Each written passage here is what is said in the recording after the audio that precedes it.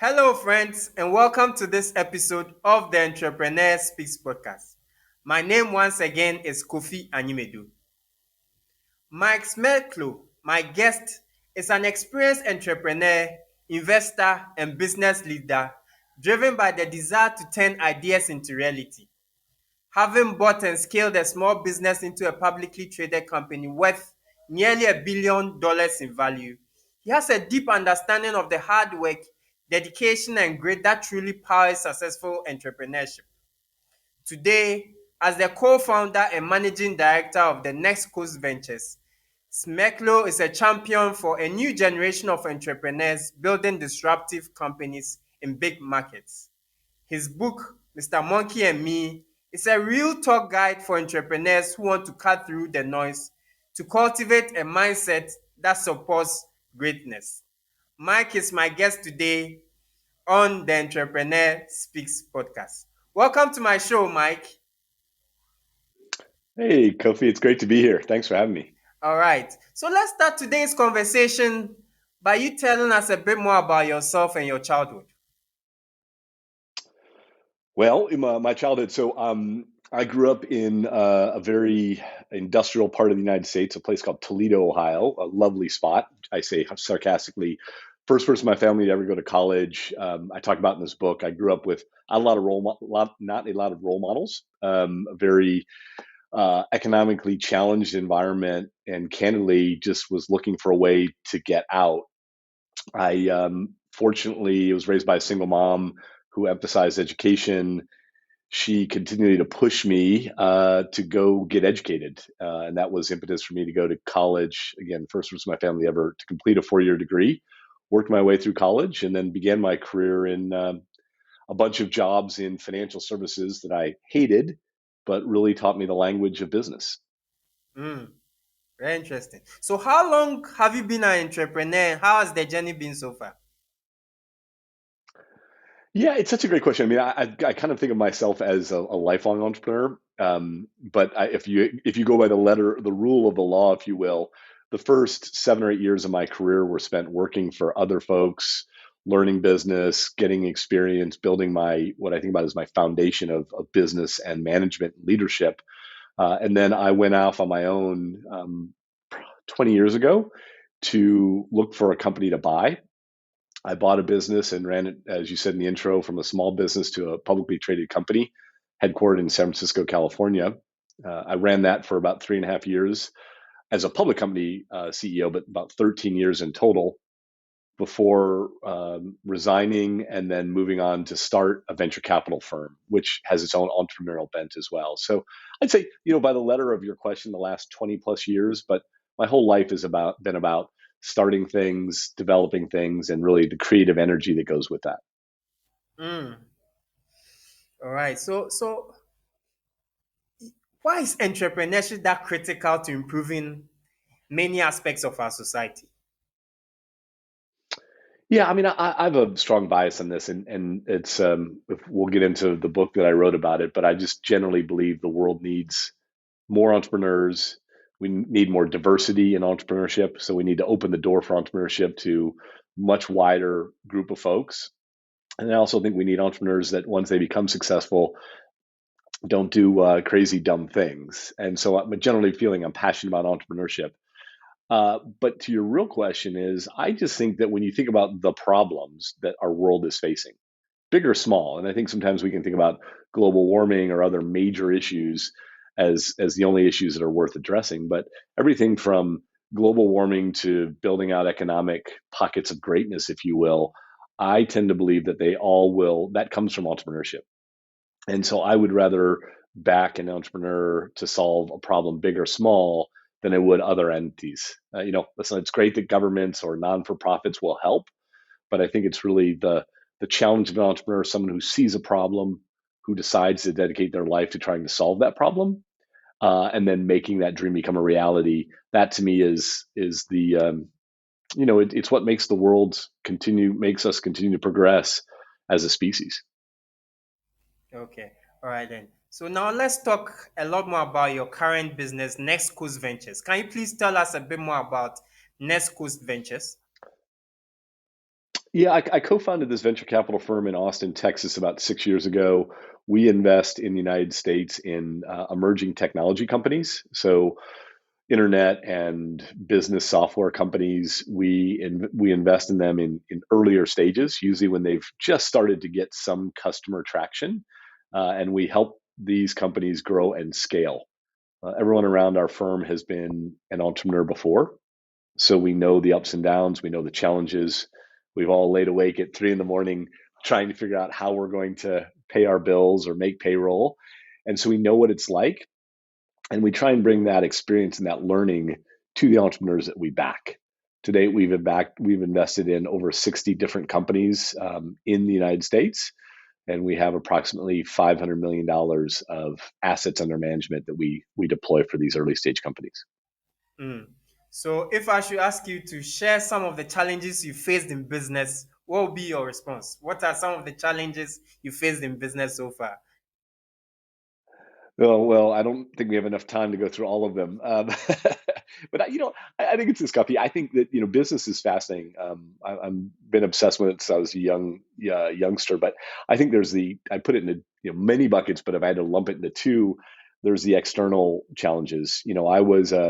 I was operating in the United States in 1999, 2000 out in Silicon Valley when the dot com bubble burst and suddenly there was no money for startups. I set out about my own entrepreneurial journey when right after 9/11, after the terrorist attacks in the United States. I was running a company in 2007, 2009 when the global financial crisis happened. And I bring these up because I think as an entrepreneur, you just have to know that something unexpected is going to happen, uh, like a global pandemic that suddenly we were all faced with. So I think about major challenges as business owners. You can't really predict them. You just know they're going to come and they're going to be something you couldn't have imagined. And your job is to fight your way through it. The other bucket I think that I've struggled with and still struggle with today is just the mental tenacity part. The part inside your head that gets you out of bed, that gets you to overlook the challenges, and purposely go to look to push the proverbial rock up the hill every day. And so I don't think about business challenges in the uh, I've had a major customer leave right when we were ready to go public. I wrote about that in the book. So I don't think about business challenges as an incident. I kind of put them in as major events that happen, and that your job as an entrepreneur is to find a way to push through, keep going, get out of bed, wipe the tears off your face, and get back after it. If that makes sense. Okay, yeah, it sure does. So, what are some of the lessons that you've carried with you to your own company and also into investing? What are some of these lessons you've picked up? Yeah, I mean, I think the biggest lessons I've picked up is I tend to believe that success in business. Listen, you have to have a big idea. There has to be an interesting market. And we talk more about that. You have to have something that's innovative or different. And then I think the biggest lessons I've learned are the greatest entrepreneurs are the ones that have this mental toughness that I write about in the book, that are able to push through. And there's a whole formula that I created in the book, but it really is about, can you develop the mental toughness to keep doing this? And I give an example of, uh, if you had a friend come to you and say, "Hey, I want to go run a marathon," I want to go run a marathon, but I'm not in shape and I've never run before. You wouldn't say to that person, "Hey, here's a pair of running shoes. Good luck." You would show them that you're going to have to train for 6 months. You're going to have to change your diet. You're going to have to take a very rigorous training and hydration plan and all these different things. And I think too often in entrepreneurship, these attributes of like just do it or follow your passion, they're kind of good to get you going, but they don't help you sustain through it. So much like you wouldn't say to a friend, "Hey, good luck with your marathon," and you wouldn't show up on a Saturday ready to run 26 miles. You would train and prepare for it. I think the same thing applies to business and entrepreneurship. Is really, how do you prepare for it? How do you have the toughness to continue through and know that things are never going to go as I planned? Reading about you, I realized that you've worked with a lot of extraordinary leaders and mentors and very great entrepreneurs throughout your career. Can you share some of the wisdom or lessons you've picked up from these people? Yeah, I'm blessed in that I was out in Silicon Valley in a really magical time and got to work with just extraordinary entrepreneurs.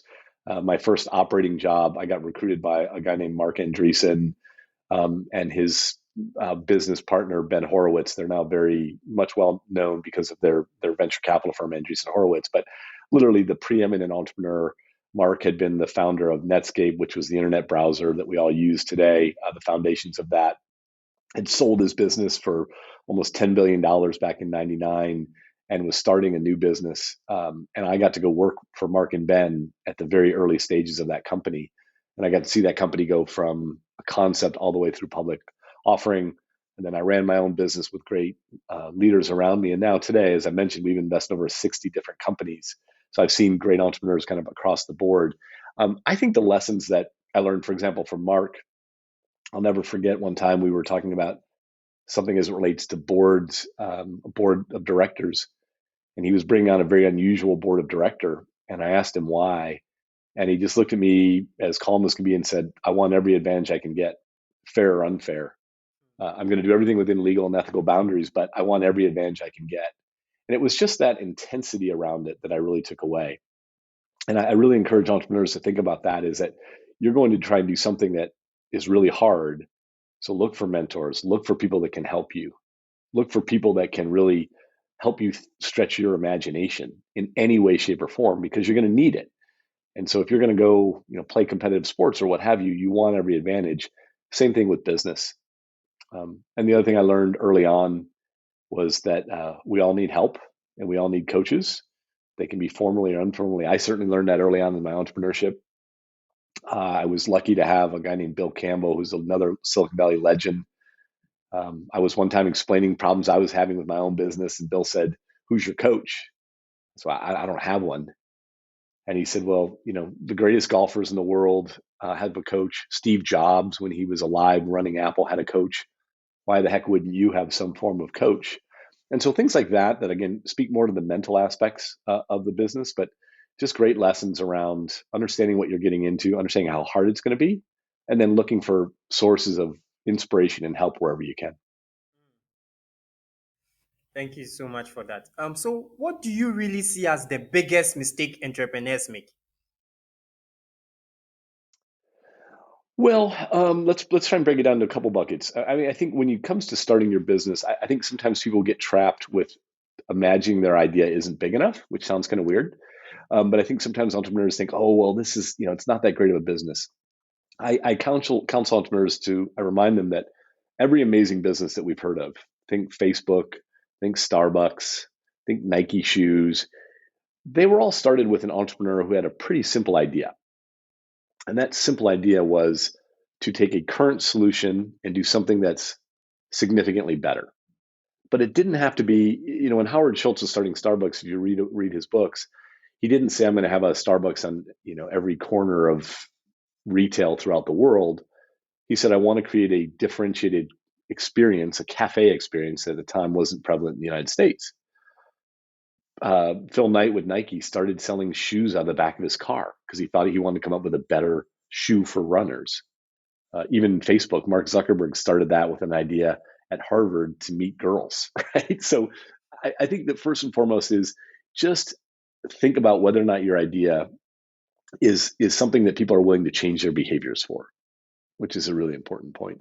And then secondly, I think the biggest mistake that I see over and over again I made was not getting help, not being afraid to ask for guidance, and being too concerned about what others think versus saying, "Hey, I don't know what I'm doing here," and raising your hand for help. Hmm. Now let's talk about your book, Mr. Monkey and Me. So why that title, Mr. Monkey and Me? Well, so the book, I mean, to be clear, like I had a pretty good career as an entrepreneur, but this is not a memoir of sorts. It's not like, "Hey, here's the Mike Smerklo story." As one of my friends said, that would be a short blog post at best. But I wrote the book, and I'll tell you about the title. I wrote the book for a simple reason. When I looked at entrepreneurs and content to help entrepreneurs, I saw it falling into two categories. There was the how-to stuff, how to write a business plan, how to form a corporation, things like that. And then there was the other form, which was super usually short form content. You see it all the time. If you go on the web, some of these things about what great entrepreneurs do before breakfast, or what foods to eat, or things like that really don't help. They're kind of just light, fluffy stuff. And I didn't see anything that was focused on the mental aspect of entrepreneurship. And I like to write, and that's why I wrote the book. To the title, basically it speaks to this voice I've had in my head since I was very young, and I think everyone has it. In my case, the voice, kind of sitting here. I joke like right before this podcast, he's jumping around like, nah, no one's going to listen to you. No one cares what you say. Like that voice in your head that's fear, uncertainty, and doubt, or imposter syndrome. It can show up as, hey, I don't feel like getting that. I'm not going to go do my best today. A voice inside your head that's trying to prevent you from achieving your goals. And for me, it helped to make that voice a big creature, to make it a big monkey, big hairy beast jumping up and down. And that kind of became, he's the real star of the book. And the book is about how that voice was in my head and how I learned, sometimes successfully, sometimes not successfully, to overcome that voice and to not let it get in the way of what I really wanted to achieve. So I figured that Mr. Monkey and Me was a creative way to demonstrate what we're talking about the book, and hopefully it's also, I try and have a little bit of fun, and hopefully people laugh a little bit when they read it. Okay, so now let's go into some more details about the book. What indeed are the key messages from the book? Well, what I do is, again, this is not the Mike Smerklo version of it. What I tried to do was I looked back and did a bunch of research on what I'd learned from working with folks like Mark and Ben, as I mentioned earlier. I looked at lessons I learned as my 13-year time of running a company. And then I also looked at what I have seen at Next Coast Ventures, that what truly makes a successful entrepreneur. And as I've gone through that, I was able then, and I talked to a bunch of other entrepreneurs that truly successful, much more than I was, and said, what do you think the biggest attributes are that helped you be successful? And from there, I was able to summarize it into a 5-letter acronym called SHAPE, SHAPE, that are specific attributes that I've seen great entrepreneurs have. And I talk about that in the book. And then I also, at the end of every chapter, give 4 to 5 specific exercises that current or aspiring entrepreneurs can use to develop these capabilities. So it's really a how-to guide, if you will, to develop the mental toughness to be an entrepreneur or continue to be a successful entrepreneur. So how does one get a copy of the book? Well, and I'd highlight the fact that every dollar of proceeds of the book goes to charity. So my wife and I set up a scholarship for diverse and underrepresented students who are interested in entrepreneurship. So every dollar of proceeds of the book go to that charity. So I'm not making a nickel off this. The book is available on Amazon. Mr. Monkey and Me, A Real Survivor Guide for Entrepreneurs. It's available there. And there's some interesting reviews there, I think mostly positive, to help you understand what the book is about. And it's a pretty short read. It's not going to be a multi-week endeavor, but hopefully it helps people really, again, get into this mental aspect of entrepreneurship. Mm. Thank you so much for those words. Before we end this conversation, you've had a wealth of experience doing business all these years. And a lot of my listeners are either about to start business, some are in business, and some are kind of afraid to venture into business. So I want to spend the rest of our time together to ask for your advice to these categories of people.